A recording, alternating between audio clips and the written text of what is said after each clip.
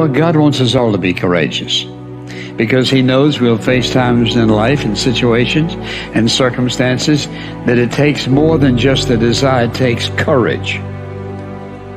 Many people operate on the basis of fear, on the basis of what other people think. We as believers should operate on the basis of courage. Courage to say no when we ought to say no. Courage to say yes when we should say yes. So what kind of courage do you have? Is yours sort of floating between depending on the situation? Or do you know the difference between right and wrong for your life? And you've made up your mind. Do we sit down and let change just happen to us? Or are we just watching change happening around us? Or are we aware that change is happening within us? Or are we going to be those proactive people who make sure that we affect what happens to us? Change also produces 4 types of people. They are in this room. First of all, there are people who watch things happen. Not all change is improvement. You used to weigh 128, and now you changed. And for some of you, that's not an improvement. You lost your wardrobe. You lost your ability to climb up steps fast. You even lost the quality of health that you had. Change doesn't mean improvement all the time. But the problem is, without change, there can be no improvement. So you have to decide what to do with change. Change will happen, and if you are not careful, it could be destructive. So you have to determine, what kind of change do I want in my life? And I want you as a young person, as a mother and a father, as a business person, to think about your company even, or your family, or your educational pursuit. What kind of classes do you want to take in college this year? What kind of grades do you want? What kind of relationships you want to have in your life? Who do you want to drop and who do you want to pick up in your relationships? What kind of people do you want to associate with? Where do you want to travel that you've never been? What are the books you need to read you never read before? The changes come with choices. So what kind of person are you? Drive. That's this puppy right here. This is what you want. This is your prefrontal cortex. Drive is the mode where you're in charge of your thoughts, okay? It's where you are fully awake, you are present, and you are driving your thoughts and actions. When you're doing that, your prefrontal cortex is active. The prefrontal cortex is the part of the brain that you need in order to learn new behavior, in order to do something difficult, in order to do something uncertain, in order to do strategic thinking. So I'm going to give you an example. So I'm a righty. If I were to try to write with my left hand, Lewis is going to torture me and tie my hand behind my back and make me do this, I could do it. It would look like I was writing with my foot. And if Lewis came up to me and said, "Hey, Mel, you want some bulletproof coffee?" I'd be like, "Lewis, I'm trying to concentrate. I can't do this." My prefrontal cortex would be el fuego, because it is firing on all cylinders to communicate to my hand new behavior. So the thing that's cool about that is that you can use a simple trick. The moment you feel yourself hesitate, the moment you've got one of those moments where you know that you need to, this is that moment that Lewis talks to you about where you got to step outside of your comfort zone and you've got to lean into your passion and you've got to really take some risks and you got to feel the fear and you got to do it anyway. That's the moment where you just woke up and now you got a decision to make. Are you going to drift back into the habits, or are you going to awaken your prefrontal cortex and drive forward and focus and do something new? I am a strong believer that we quit. Because why? How the does a 297-pound cockroach guy who quit on everything is now considered one of the baddest men on the planet? How is that possible? It means I had to change one thing, my mindset. So there's no way in hell that was it, but that guy was in me. When that guy came down here and said, "Hey, guess what, man? You're a fat ass, but I'm gonna now make you a badass. I'm gonna miracle this to be a badass." No, it was in me. I had to believe and make that belief work. And through hard work, I did that. And if you understand the mind, it does what you tell it. That's its job. And if you tell it better stuff, you have an amazing life. And if you tell it mediocre stuff, you have a mediocre life. I want you to think about this goal that you want. I want you to envision it and see it in your mind's eye. And every day say to yourself that it's possible. See, most people are not accumulating wealth. Most people are living in poverty. Most people are living far below their potential, not because they don't have the capacity, not because they have not been given authority and dominion over everything on the face of the earth, but most people are living like they're living because of the fact that they don't believe they can have any more than what they now have. In the book called Miseducation of the Negro, Dr. Carter G. Woodson said, if you can determine what a man shall think, you'll never have to concern yourself with what he will do. If you can make a man feel inferior, you never have to compel him to seek an inferior status, for he will seek it himself. And if you can make a man feel justly an outcast, you never have to order him to go to the back door. He'll go without being told. And if there's no door, his very nature will demand one. That's why Scripture reminds us, be ye not conformed to this world, but be ye transformed by the renewing of your mind. So every day you have to sell yourself and get out of your mind those old thoughts, that old belief system. Every day you've got to sell yourself on that it's possible. That you got to put a new mind in you. You got to get out of your mind. You got to begin to restructure your thinking.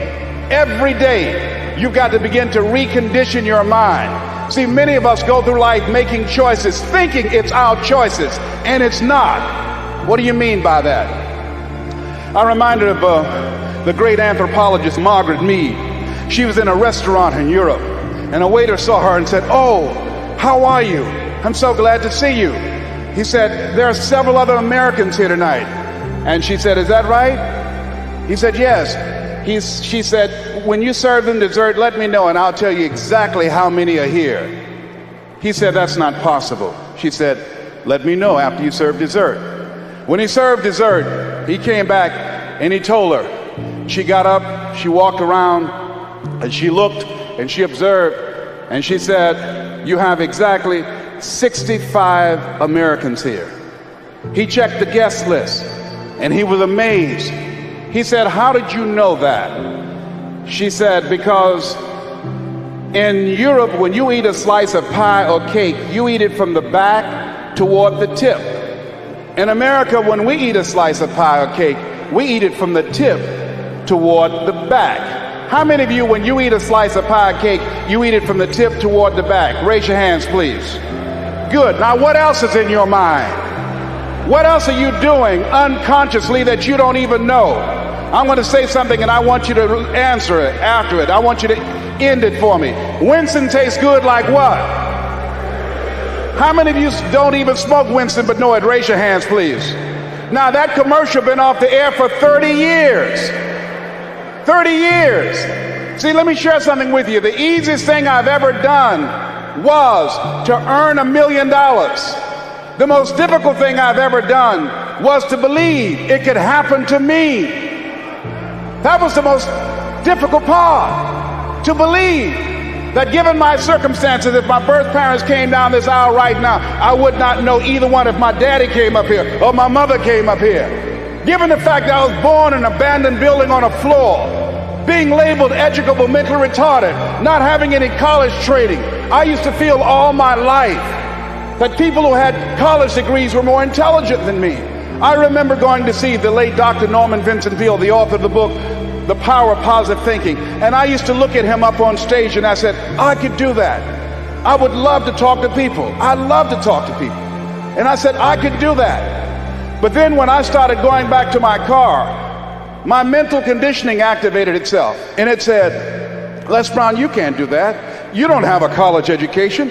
Les Brown, you can't do that. You don't have the training. You've never worked for a major corporation. You can't do that. What makes you think you can earn $5, $10, $15, $20,000 in an hour? You don't earn that now working for 2 or 3 months. What makes you think that you can speak for AT&T, Procter & Gamble, McDonald's Corporation, General Electric? These are clients I have now. You've never even worked for them. How many of you ever thought about something you wanted to do and you talk yourself out of it? Raise your hand if you know what I'm talking about. That inner conversation is what's going to haunt you after standing here and saying, I can do all things through Christ who strengthens me. After saying that again and again, we are more than conquerors. That inner conversation will cause you, when you leave here, to go back leading a life of mediocrity, leading a life of unproductivity, leading a life of poverty. You said something in there that is really interesting, but I don't understand quite what you mean by it. So you said you have to make sure that the language is not only compelling, but absolutely up to date. What do you mean up to date? Well, I'll give you an example. I worked with somebody who was morbidly obese, and he had a story. You know, when I was a baby, I was only 2 pounds. I nearly died. My parents had to feed me every hour, wake me up, and if I threw up the food, my mum would cry. And she has this story. I'm like, okay, but that's 50 years ago. Now you're going to die of being 600 pounds. So you have to talk to the mind and say, this is completely outdated. It's behind you. So people have a story, you know, I can't find love because my dad left when I was 1. I can't find love because my mum preferred my brother. I can't be a success because I never went to university. I can't speak in public because I blush. And without understanding, when you describe why you can't, you keep it going. If you keep talking about the symptom, your mind keeps it alive, because whatever you focus on, you get more of. And so a lot of people have language that's completely irrelevant. Like, yes, I know your dad left when you was 1. I know your mother put you up into foster care and didn't love you, but that's then. This is now. And so they have outdated stories, outdated language. I can't do that because the classic one I held up, oh my God, my boyfriend just ripped out my heart, stamped all over it, killed me, and if I find love again it will kill me. I'm like, darling, he got bored, and you would have got bored too if you'd stuck around. And that was your starter relationship. Go and find a better one with someone amazing. Everything he loved in you, you didn't take it home with him, it's still there. So don't use that irrelevant, I found love and it killed me when it ended. So I found love, the wrong person, but I'm going to find it again with the right person. It's going to be amazing and compelling. He's going to fall in love with my soul. We're going to be together forever. Because you got to turn your mind on, and it loves exciting words, dramatic words. Really loves words that make a picture. So if I said to you, you can be the most phenomenal, powerful, awesome, incredible speaker. When you speak on stage, everyone stops to listen. You could hear a pin drop. They look at you. They hear what you're saying. They like you. The mind goes, oh, I like this. I know where I'm going here. But when you go, I'm not bad at speaking. Sometimes I'm quite good. Occasionally, I really get it right. The mind goes, what are you talking about? That's not dramatic enough for me. Yeah, I'm a huge believer in the power of self-talk, and that the way that you talk to yourself is going to have a profound impact on how you move forward, and like you said, getting excited and using big language. I'm way on board with that.